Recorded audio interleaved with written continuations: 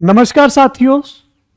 आज की इस वीडियो में मैं आपको एक ऐसे प्यार की कहानी सुनाऊंगा जिसमें प्रेमी और प्रेमिका एक लिव इन रिलेशनशिप में रह रहे थे और कुछ छोटी सी बात पर आपस में झगड़ा हो जाता है और झगड़े में जो प्रेमी होता है वो प्रेमिका का गला दबा करके हत्या कर देता है। हत्या करने के बाद में एक चाकू की सहायता से उसके धड़ को और पैरों को अलग कर देता है। धड़ को गद्दे में सिल देता है और जो बाकी का जो बचा हुआ पार्ट था उसको एक सूटकेस के अंदर डालता है और जहां का वो निवासी था उस गांव में लेकर जाता है। उस गांव में ले जाकर नहर के पास एक खेत में ऐसे ही डाल देता है। साथियों, जो मैं आज आपको घटना सुनाने वाला हूं, यह घटना उत्तर प्रदेश के देवरिया जिले की है। इस घटना में समझने का प्रयास करते हैं। एक लड़की है जिसका नाम खुशबू है और उस खुशबू की शादी 2016 में किसी के साथ कर दी जाती है। कुछ सालों बाद उस खुशबू का तलाक हो जाता है। खुशबू एक लड़का जो उसी गांव का था जिसका नाम मुन्ना निषाद है, वो उसके साथ प्रेम प्रसंग में थी। प्रेम प्रसंग में होने के कारण वे दोनों आगे बढ़ जाते हैं और ये अब अपना जो गांव था इनका, उस गांव को छोड़कर ये गोरखपुर में जाकर के रहने लगते हैं। खुशबू और मुन्ना लिव इन रिलेशनशिप में रह रहे थे और खुशी खुशी जीवन व्यतीत कर रहे थे।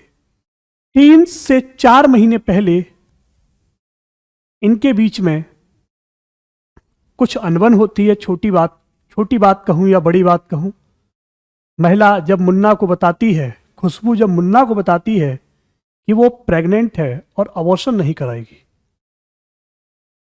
जब ये बात मुन्ना की समझ में आती है तो मुन्ना मना करता है कि नहीं, ये आगे नहीं हो सकता, ये नहीं हो सकता, वो नहीं हो सकता। और इन सब के घटनाक्रम में जो खुशबू थी वो मना कर देती है। मुन्ना तैस में आकर के खुशबू का गला पकड़ता है, गला दबा देता है। खुशबू की ऑन द स्पॉट मौत हो जाती है। मौत होने के बाद में मुन्ना यहीं तक नहीं रुकता, क्योंकि अब उसके सामने एक लाश थी। चेहरे पर हवाइयां जरूर होंगी, लेकिन वो फिर से हिम्मत दिखाता है, चाकू लाता है, उसके धड़ को और पैरों को अलग कर देता है। धड़ को एक गद्दे के अंदर सिल देता है और जो बचा हुआ पार्ट था उसको एक सूटकेस में डालता है और जिस गांव का वो रहने वाला था उस गांव का नाम है बरौली। देवरिया के अंदर ये पड़ता है। तो बरौली गांव वो अपने वापस गांव में जाता है। गांव में जाकर के रात के अंधेरे का फायदा उठाकर वो उस सूटकेस को खुले खेत में डाल देता है या फेंक देता है। जब गांव वालों को एक ये सूचना मिलती है कि खेत में किसी की लाश मिली है, तो पुलिस को बुलाया जाता है। पुलिस मौकाए वारदात पर पहुंच करके, 2.5 महीने पहले की यह घटना है, मौकाए वारदात पर पहुंच करके खुशबू की लाश को बरामद करती है। उसकी पहचान हो जाती है कि यह खुशबू है। फिर आरोपी उस समय नहीं मिलता, लेकिन पुलिस अपना काम धीरे धीरे कर रही थी। छोटी छोटी चीजों को ऑब्जर्व कर रही थी, खोज रही थी, खंगाल रही थी। पुलिस जब खुशबू के माता पिता के पास पहुंचती है तो वे बताते हैं कि वो गोरखपुर में रहती थी और पता नहीं किसके साथ रहती थी। गोरखपुर में पुलिस उनके माँ बाप के द्वारा बताई गई जगह पर पहुंचते हैं उस कमरे का मुआयना करते हैं। तो उस मुआयने के दौरान उन्हें एक ऑनलाइन जो शॉपिंग होती है, ऑनलाइन शॉपिंग का उन्हें एक पर्चा दिखाई देता है। उस पर्चे को देख करके वो कोशिश करती है छानबीन करने की।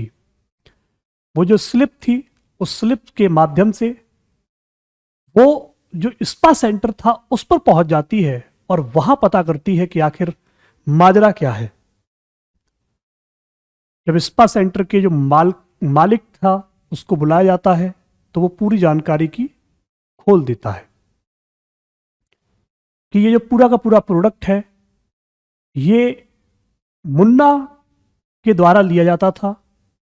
मुन्ना और खुशबू साथ साथ रहते थे और फिर क्योंकि वो उसी स्पा सेंटर में काम करती थी, महिला खुशबू उसी स्पा सेंटर में काम करती थी, तो मुन्ना का भी संपर्क सूत्र था। उस संपर्क सूत्र के जरिए मुन्ना के पास पुलिस पहुंच जाती है और मुन्ना को गिरफ्तार कर लेती है। मुन्ना निषाद चूंकि गांव में रह रहा था तो किसी को शक नहीं हो रहा था कि इस तरह का ये कांड करके आया है, लेकिन जब पुलिस पहुंचती है तो उसके घर वाले चौंक जाते हैं कि मुन्ना इतना बड़ा कांड करके आ गया है। और पुलिस को फिर वो डरा धमका कर पहले मना करता है कि नहीं मैं नहीं, और फिर जब पुलिस अपना डंडा चलाती है तो वो पूरा का पूरा जो सच था वो उगल देता है कि वो महिला प्रेग्नेंट हो गई थी। प्रेग्नेंट होने के कारण मैं अबॉर्शन की बोल रहा था और महिला मना कर रही थी। खुशबू के मना करने पर उसे गुस्सा आ जाता है और वो गला दबा देता है जिसमें उसकी मृत्यु हो जाती है। देखिए, इस घटना को सुनाने का मेरा पर्पज आप में से किसी को भी परेशान करना या उत्पीड़ित करना नहीं है। बस इस समाज को ऐसी गलतियों, ऐसी कुरीतियों, ऐसी गंदी सोच से बचाने का एक प्रयास है। अगर आपको वीडियो पसंद आया हो तो वीडियो को लाइक कीजिएगा और अपने साथियों के शेयर जरूर कीजिएगा जो दूर दराज रहते हैं। ठीक है, बाकी मिलते हैं आपसे ऐसी ही नई वीडियो में। तब तक के लिए नमस्कार, जय हिंद, जय भारत।